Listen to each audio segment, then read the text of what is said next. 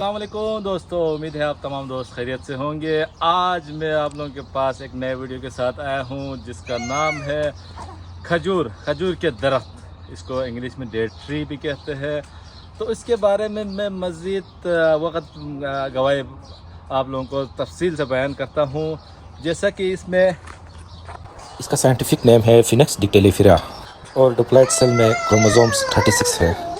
और ये dioecious plant है। डाइशियस मीन मेल और फीमेल प्लांट बिल्कुल अलग सेपरेट है। ये आप देख सकते हैं, ये फीमेल प्लांट है जिस पे फल लगते हैं। ये मेल प्लांट से इसका स्पोर लाके यहाँ स्प्रेटिंग करना होता है तो यहाँ पे फल लगते हैं। क्योंकि बारिश का मौसम था तो स्पोर सही तरह लगा नहीं मेल का, तो इस वजह से इस तरह फल अच्छे नहीं लगा हुआ है। देख सकते हैं वाकई में बहुत अच्छे लगे हैं, वो भी आपको सिर्फ दिखाऊंगा। इसमें थोड़ा सा खजूर कम है। एक खजूर में एक जो ब्रांच है आप देख सकते हैं, एक खजूर के पास कम से कम 30-35 ब्रांच इस तरह क्लस्टर निकलते हैं। और एक क्लस्टर कम से कम जब तैयार होते हैं तो 15 से 10 केजी का क्लस्टर बन जाता है।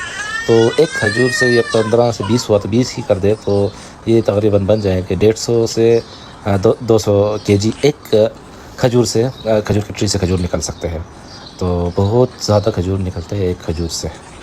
और मेल प्लांट सिर्फ और सिर्फ पोलन प्रोड्यूस करते हैं। तो मेल प्लांट बिल्कुल अलग है, फीमेल प्लांट बिल्कुल अलग है। तो लोग हमेशा अपने गार्डनों में, अपने जितने भी अपने रकबे में 5 से 6 मेल प्लांट रखते हैं, बाकी सारे फीमेल प्लांट्स रखते हैं ताकि इनका पोलिनेशन वगैरह मेल से कर ले। और ये 5 से 6 काफ़ी होते हैं 250-300 फीमेल को पोलिनेट करने के लिए।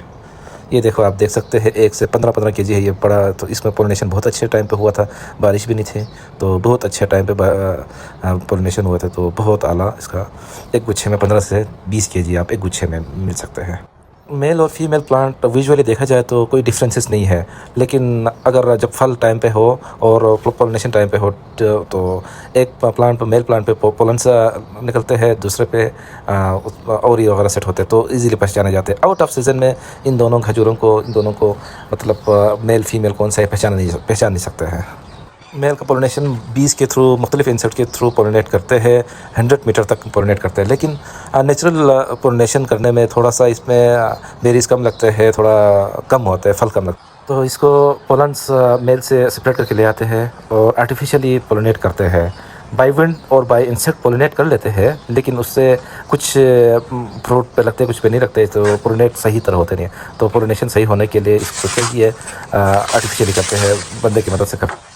मेल ट्री से, मेल खजूर के दरख्त से पोलन को निकाल कर ले आते हैं और हर फीमेल्स पे उसको बांधते हैं, पोलन्स को थोड़ा थोड़ा बांध लेते हैं। तो इस इजीली पोलिनेशन कैसे करते हैं वो भी इंशाल्लाह आने वाले नया साल में, अभी तो फ्रूट्स बने हुए हैं, आने वाले नए साल में मैं इंशाल्लाह कोशिश करूँगा पोलिनेशन कैसे करते हैं वो सारे निज़ाम आपको सिखाऊँगा।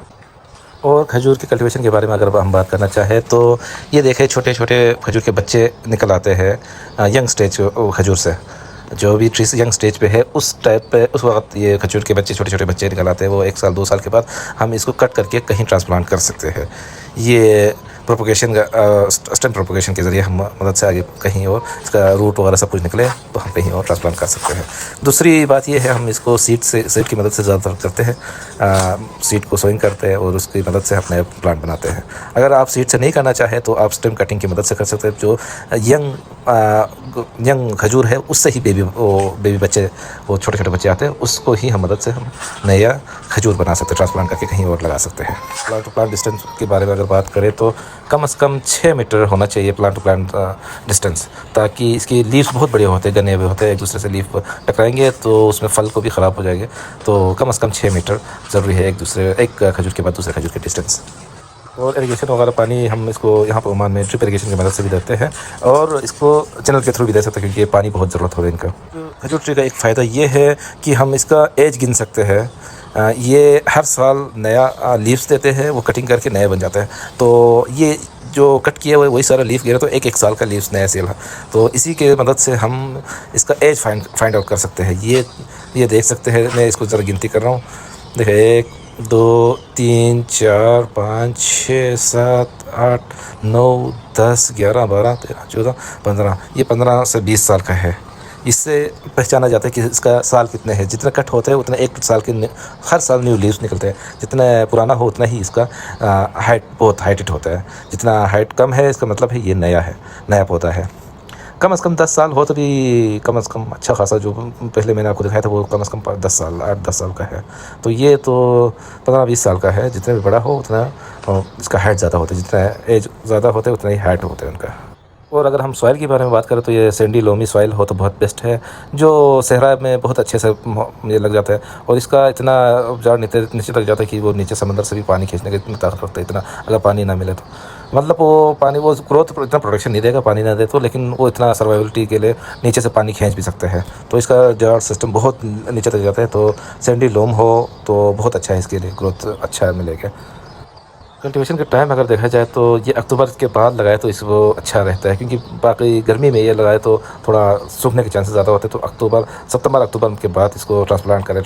बेहतर यही है शूट की जो आउटग्रोथ से हुआ है उससे आगे मल्टीप्लाई करें तो बेहतर है। और सीड से बहुत टाइम टेकिंग है, बहुत लंबा हो जाता है, फिर मेल है फीमेल है वो भी कन्फ्यूज़ हो जाते हैं। तो जो भी आउटग्रोथ है उसी को संभाल के आप इस्तेमाल करें तो बहुत अच्छा आगे मल्टीप्लाई कर सकते हैं। और फ्रूट ये देने का टाइम है 4 साल के बाद ही फ्रूट दे सकते हैं। मैक्सिमम हुआ तो 7 साल के बाद फ्रूट देना शुरू करेंगे, नहीं तो 4 साल के बाद ही फ्रूट देना स्टार्ट करेंगे। खजूर के एज देखा जाए तो 60 से 80 साल तक ये अच्छे रहते हैं। उसके बाद भी अच्छा होते हैं, लेकिन फल फ्रूट सही नहीं रहते। इकोनॉमिकली 60 से 80 तक है। और ये अगर आप पालना चाहे रह सकते हैं 100 साल तक। ये इसका खजूर का पौधा रह सकता है, 100 साल की ज़िंदगी होते हैं। मतलब सेम टू सेम इंसानों के बराबर इसकी एज है। और इसका फर्टिलाइजेशन के अगर बारे में बात करना चाहे तो ये इसको फार्म यार्ड मिनोर बहुत आला रहते हैं। उसके बाद फिश फर्टिलाइज़र, उसके बाद बहुत सारे ऑर्गेनिक फर्टिलाइज़र आप ऑर्गेनिक वे में करना चाहते हो वो है। और दूसरी बात, अगर इनऑर्गेनिकली आप करना चाहे तो साल में 2 टाइम इसको फर्टिलाइज़र दे तो बहुत अच्छा रहता है। एक तो पोलिनेशन से पहले, एक फ्रूटिंग से पहले। पोलिनेशन से पहले देखा जाए तो फरवरी से पहले इसको सही तरह फर्टिलाइज़र दे दे। और फ्रूटिंग से पहले देखा जाए तो जून से पहले इसको सही तरह फर्टिलाइज़र देना है, क्योंकि फ्रूट इसका अच्छा बने। तो इसमें फ्रूटिंग टाइम पे आप पोटाशियम मैग्नीशियम वगैरह सही टाइम पे देना चाहिए। और पोलिनेशन टाइम पे आपको चाहिए यूरिया सही तरह दे और फास्फोरस अच्छा तरीके से DAP दे दे। तो ये बहुत अच्छा पोलिनेशन के लिए टाइम पे बेहतर रहता है।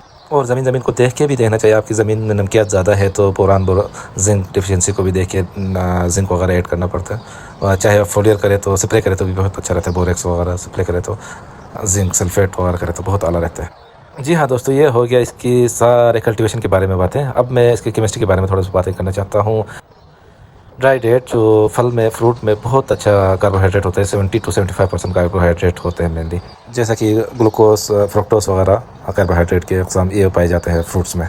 जो भी मीठा चीज़ें हैं जिसमें फ्रुक्टोज और ग्लूकोज होते हैं वो खाने से हम अगर कहीं थका हुआ या कुछ हो तो जल्दी एनर्जी मिलने के लिए फ्रुक्टोज और ग्लूकोज खाना चाहिए। वो इसमें ज़्यादा पाए जाते हैं। वो खजूर खाए तो भी आपको जल्दी एनर्जी मिल जाती है। खजूर के फ्रूट में 2.5% प्रोटीन होते हैं, 0.4% फैट होते हैं और फाइबर इसके पास 7% होते हैं। अगर मिनरल्स के बारे में बात करें तो इसके पास बहुत ज़्यादा पोटेशियम है, मैग्नीशियम है, कैल्शियम है, आयरन है, फास्फोरस है, विटामिन्स है, B कम्प्लेक्स है, B2 है, फोलेट है और थोड़ा सा विटामिन K भी है। विटामिन K तो मोस्टली सन से सूरज से ही ले लेते हैं, लेकिन इसमें भी विटामिन K है जो हमारे हड्डियों में कैल्शियम डिपोजिशन में काम करते हैं। Vitamin K। जी हाँ दोस्तों, इसके बेनिफिट के बारे में बात करें तो ये इंस्टेंट सोर्स ऑफ एनर्जी है। इसमें मैग्नीशियम कैल्शियम वगैरह सब कुछ है। तो ये आपके लिवर्स वगैरह, ये आपकी ब्रेन, आपकी सारे जो भी खून से रिलेट है वो सारे इसको अच्छा रखते हैं। तो दिन में एक बार ज़रूर एक खजूर ज़रूर खाएँ, ज़्यादा ना खाएँ। जी हाँ दोस्तों, मुझे उम्मीद है आज की वीडियो बहुत ही फ्रूटफुल रहा होगा आप लोगों के लिए। ये मुख्तसर सी मैंने जितना हो सके खजूर के बारे में बयान करने की कोशिश किया। तो उम्मीद है आप लोगों को पसंद आए होंगे। तो इसी के साथ कुछ कमेंट्स भी करना हमारे, ताकि हमारे चैनल की ग्रोथ हो। और साथ में बेल आइकन को और सब्सक्राइब करना मत भूलना, ताकि हमारे आने वाले वीडियोस आप तक बासानी पहुंचते रहे। इसी के साथ मैं अली खान को इजाज़त दीजिए। फिर मिलेंगे एक नए वीडियो के साथ, नए पहचान के साथ। ओके, अस्सलाम वालेकुम।